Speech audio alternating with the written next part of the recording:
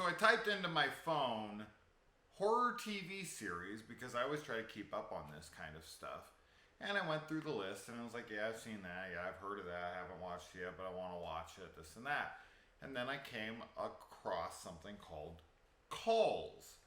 And I was like, what the hell is this? And I clicked on it and I saw it was an Apple Plus original series. And I was like, huh, how have I not heard about this at all? Not a single word about it. And so then, upon further investigation of it, it is created and every episode is directed by Fede Alvarez, who directed the Evil Dead remake and Don't Breathe. And I immediately was like, what is going on here? How is this possible that this guy has made a TV series that no one is talking about, no one even knows about?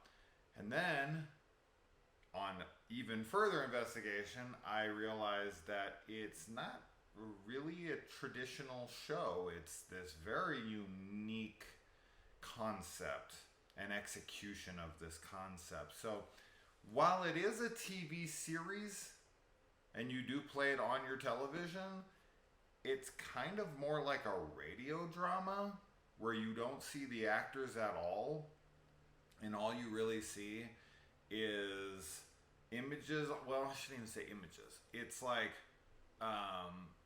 you know how there's like a line and a voice plays, and you get the little wavelengths.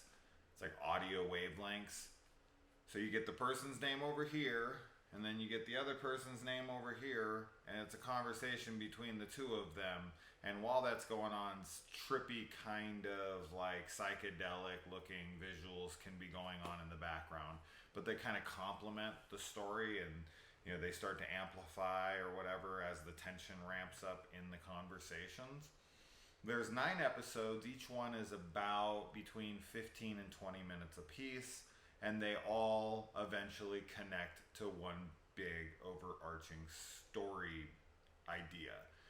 And we learn very early in the very first episode that there is this event that's taking place where it seems that the world is ending. There's this massive event, an extinction level event, and we don't really know what the hell's causing it, but people are experiencing something wild. I'm not going to say what that is because it's pretty wild when they're talking about it, but as I say, you never see an actor.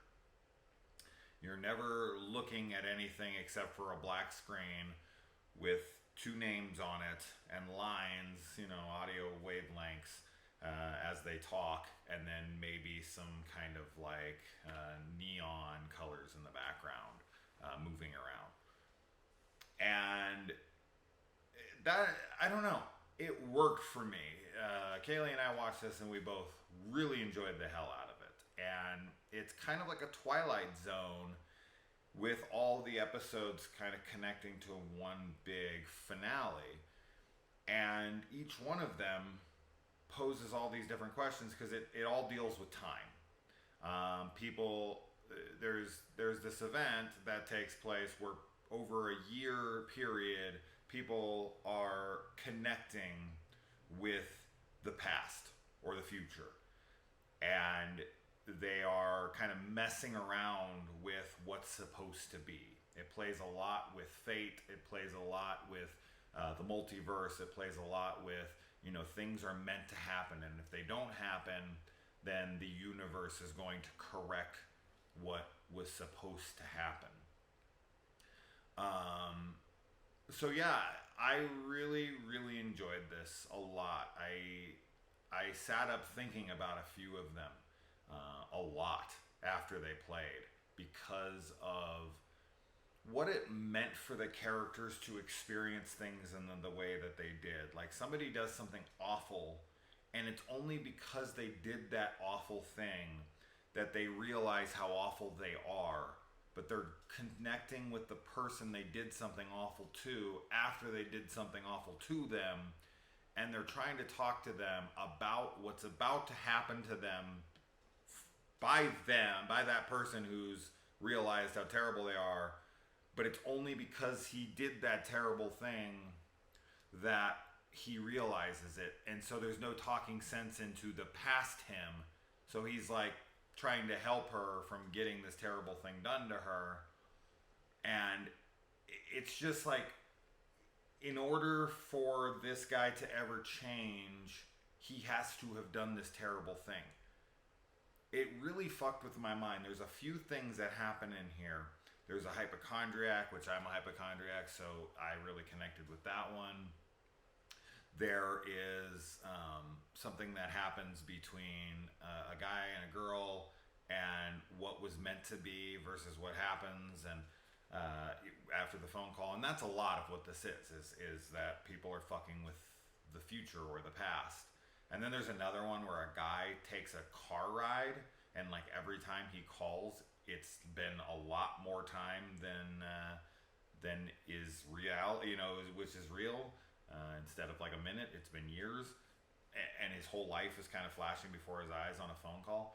That has such great emotion into it, and there are so many big names that worked on this that do voice acting in here. I mean, just look at the cast list. You'll be like, whoa, them, oh my god, her, him.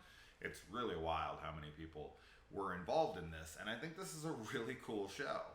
It might not be for everybody because of the whole radio drama style, but I loved how it all connected. I loved how it all ended, and it kind of starts, or it ends where it began, that kind of stuff. That was all super cool, and I liked the connectivity of it all, and I liked the performances from everybody, even though I can't see them. This is just a completely overlooked show, and that's a shame, because this is a very cool show, and I hope we get a second season, and I hope that in the second season we just stick to more self-contained Twilight Zone episodes where people are having really bizarre phone calls that don't make sense to them. I really hope that happens, because I don't see how this could continue. This storyline, it's done, as far as I'm concerned, but maybe I'm wrong. But yeah, I'd love to see a second season. I think this is definitely a completely overlooked, slept on show that almost no one's given any chance to. It's on Apple Plus, and I don't know, has anybody seen this show? Has anybody watched this whole thing? I just happened upon it just because I freaking, pressed or typed in on Google horror TV series, and here we go. It's creepy, and it's wildly imaginative and inventive. It's nothing like any other TV show I've ever seen. Now, whether or not that works for you, who knows? But I enjoyed the change of pace. It feels fairly original, and the stories can be really thought-provoking. Really, more than anything. I really did sit with a few of them like, whoa, shit. Because it's about what the characters experience, and not only within themselves, but then of course when the universe kind of fights back against them screwing with the sacred timeline. Any Loki fans out there know what I'm talking about. So it kind of had that feel to it, except for it's not the TVA coming for you, it's the actual universe itself correcting the anomaly.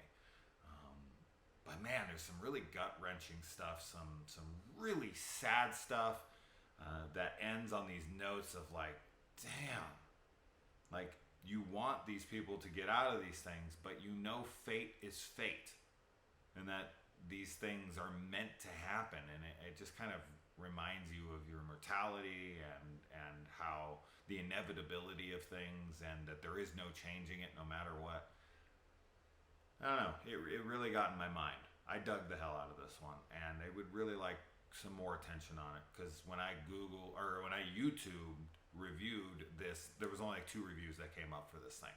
So this one really is, no one's talking about it. But anyway, I think it's worth a view for sure. If you have Apple Plus and you want to just throw it on, check out an episode. If that doesn't work for you, this show probably won't work for you. But I dug the hell out of it, and I'll be curious on if any of you have checked it out, or if you do check it out, what you think. So let me know. All right, adios.